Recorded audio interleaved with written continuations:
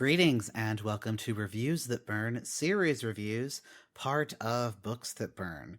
Series reviews discuss at least 3 books in a series and cover the overarching themes and development of the story across several books.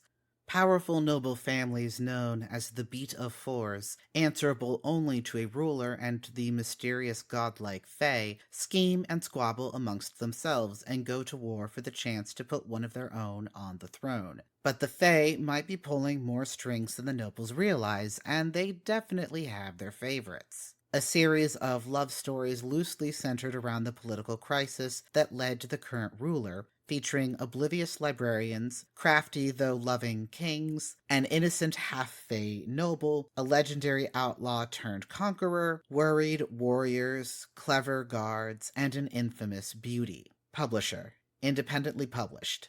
Length: approximately 1,000 pages so far. Age: adult. Genre: fantasy romance, and I highly recommend this. Queer Rep Summary: MM and MMM fantasy romance. Titles discussed: A Suitable Consort from 2021, A Suitable Bodyguard from 2023, A Suitable Captive from 2023, and A Suitable Stray from 2025. Other titles include Blessed from 2024, an Omegaverse AU, and A Suitable Brat from 2025. Before I get into my review of the series so far, I have 2 brief announcements. First, I'm excited to announce that I've joined the Creator Accountability Network. CAN is a nonprofit dedicated to reducing harassment and abuse through ethical education and a system of restorative accountability. I joined because I care about the safety and well-being of my community members. If you feel my behavior or content has harmed someone, please report it to CAN, either via the reporting form on their website, creatoraccountabilitynetwork.org, or via their hotline at 617-249-4255.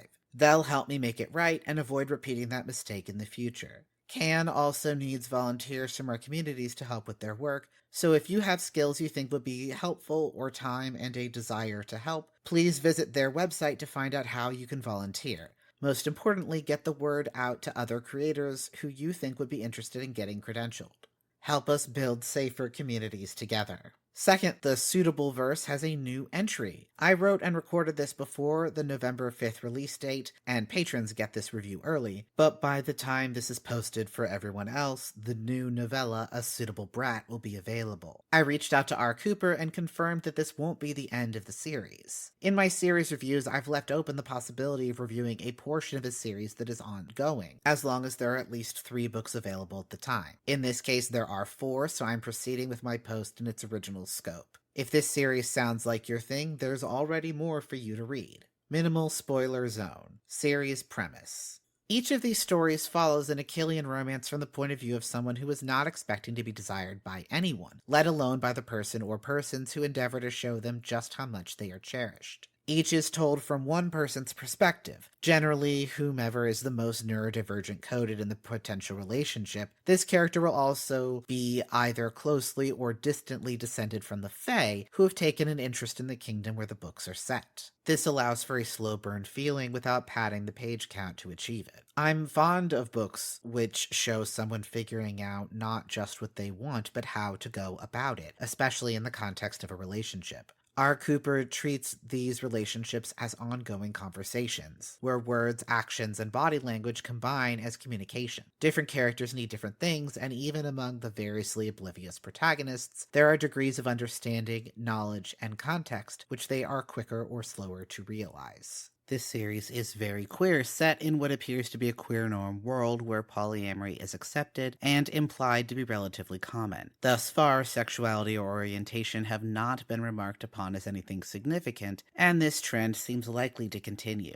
These books feature some politically tense and sometimes violent situations, but do not wield most real-world bigotries as bludgeons. I say most because the most prevalent bigotry I spotted was classism, followed by whatever is the right term for bigotry against the Fae, given the way they are inhuman and neurodivergent coded. Recommended reading order. There will be some distant day when this series is complete, and it's possible to read the series from start to finish in chronological order. Today is not that day, and until that point, I advise reading them in and publication order, especially since that is not the chronological order. I give this advice for anyone who enjoys figuring out timelines, what's going on, and where things relate to other things. Each book's position in the grander saga of political upheaval and new governance helps inform the others in the series, overlapping enough that some pieces could be missing without losing too much of that arc. The loose fit of the stories in relation to one another means that if any of them contain particularly triggering content for an individual reader, that book could be skipped without losing too much of the overall story. The individual stories are self-contained and could be read in any order, but elements of the world building are explained in varying detail depending on the needs of the individual story.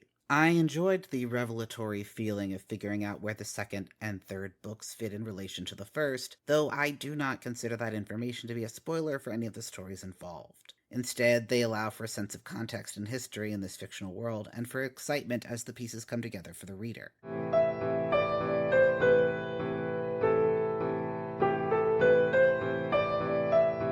Here there be spoilers. Main characters. Each book has a different set of main characters and is set in a different point in time. Some characters appear in multiple books, depending on how closely they are in time to one another. Even though the different point of view characters have a great deal in common in terms of their autism-coded neurodivergence and general obliviousness to social cues, they're different enough in other respects that it does not feel like they're one character. Matin is very aware of social forms, rules, and political implications of various actions. He just doesn't seem to think of them as having any positive effects for him personally. He's likely to get lost in research or chasing some history through the archives. Tyrion is very focused on the rules, on the way things ought to be, thinking through what it means when those norms are broken and what bad actors with corrupt motives might do to preserve the current inequalities. He tends to be very pessimistic, thinking of himself as discarded by the Fae and unimportant. Fen doesn't have much of a sense of self-preservation. He'll take risks to achieve a better outcome than the one that would happen if he did nothing. I'm not sure if he's optimistic or just pragmatic, at least in the beginning. By the end, Fen is helping Lan make strategic moves that show he's thinking further ahead than even what Lan had dreamt. Zelly has such a low sense of self-preservation that he let himself actually die and need to be brought back by the Fae.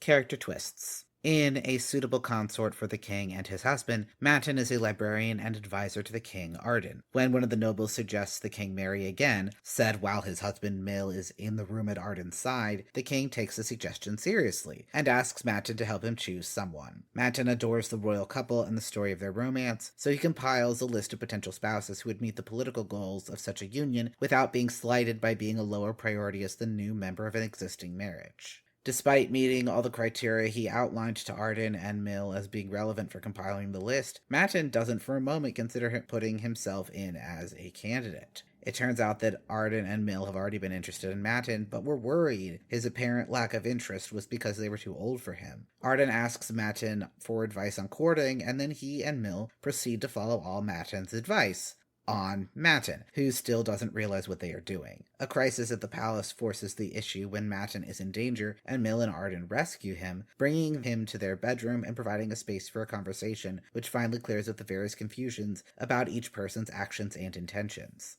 Matin didn't put himself on the list because he didn't think of himself as someone two people as great as the king and his husband could want. He was very wrong, and they take great delight in showing him how much he is cherished. Later series developments. I've become used to the linearity of series in a way that is, I suspect, common for anyone who reads as many books as I do. The Suitable verse, as published, is not a linear story, and I think it's stronger for it. The larger context builds slowly, requiring minimal description in subsequent books to place them in relation to a suitable consort. This may be a chance meeting between characters, an epilogue, or the shape of the current situation in a more general sense. In A Suitable Stray, Tyrion spent a long time completely oblivious to the fact that not only are Oren and Nicola interested in him, but that he desires both of them and wants to be desired in return. Because most of this book is not spent with anyone in active danger, at least as far as Tyrion knows, the pacing is more languid, with more room to linger in each phase. In contrast to A Suitable Consort, where 2/3 of the book was spent with Matin completely oblivious to how he was being courted, A Suitable Stray has more time spent with Tyrion actively in a sexual relationship.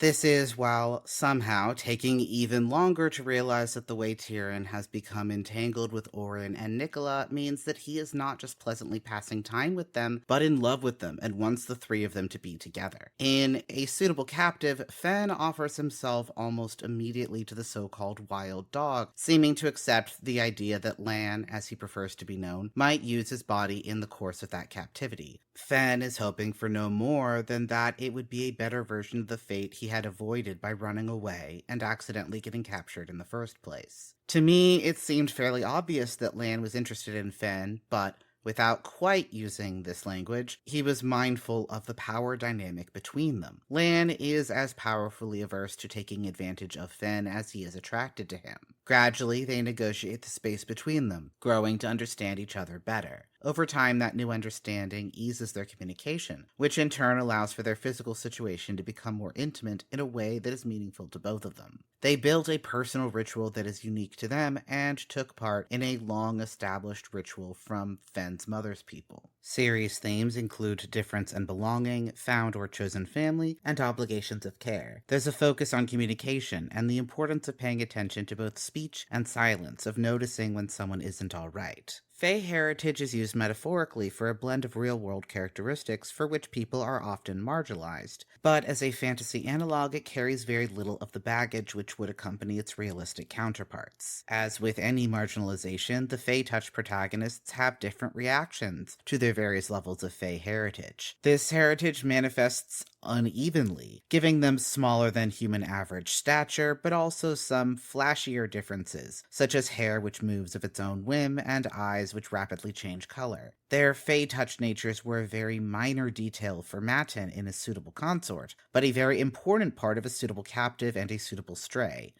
Tyrion hates the Fae, loudly saying "fuck the Fae" if anyone mentions them positively. He views them as child abandoners, passive observers of the world's injustices, when they have the power and responsibility to do much more than just intervene in politics and sire random children. Twists and turns. Normally, when looking at individual books in a series, I note whether they leave something for later books to pick up. This is an odd case where the first book left space for stories set before and after it. It builds the impression that this is a place with a history, and bits of that history are being fleshed out a little at a time through these romances. The most shocking moment for me was getting to the epilogue of A Suitable Captive and realizing when it was set in relation to A Suitable Consort. Having looked at R. Cooper's website, I don't think that is a spoiler precisely, but it is the kind of detail I enjoyed realizing in the moment. Current status. The series is ongoing, with a novella releasing this very month.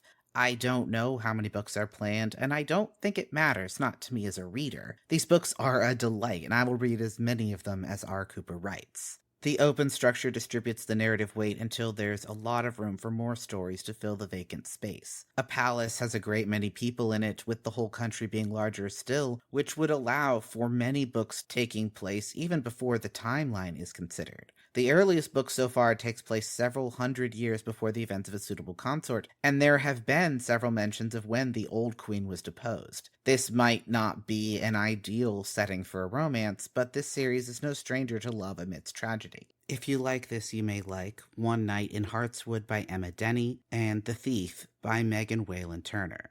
Major content warnings: sexual content, violence, war, and death. Miscellaneous content warnings: classism, physical abuse, alcohol, and murder. Each book has specific content warnings provided by the author near the copyright info. Bookshop affiliate buy links are in the show notes.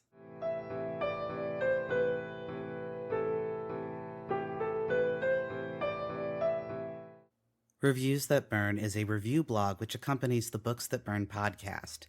Essays, blog posts, and reviews are by Robin. All music was composed by Heartbeat Art and is used with permission. This content is CAN credentialed, which means you can report instances of harassment, abuse, or other harm on their hotline at 617-249-4255 or on their website at creatoraccountabilitynetwork.org.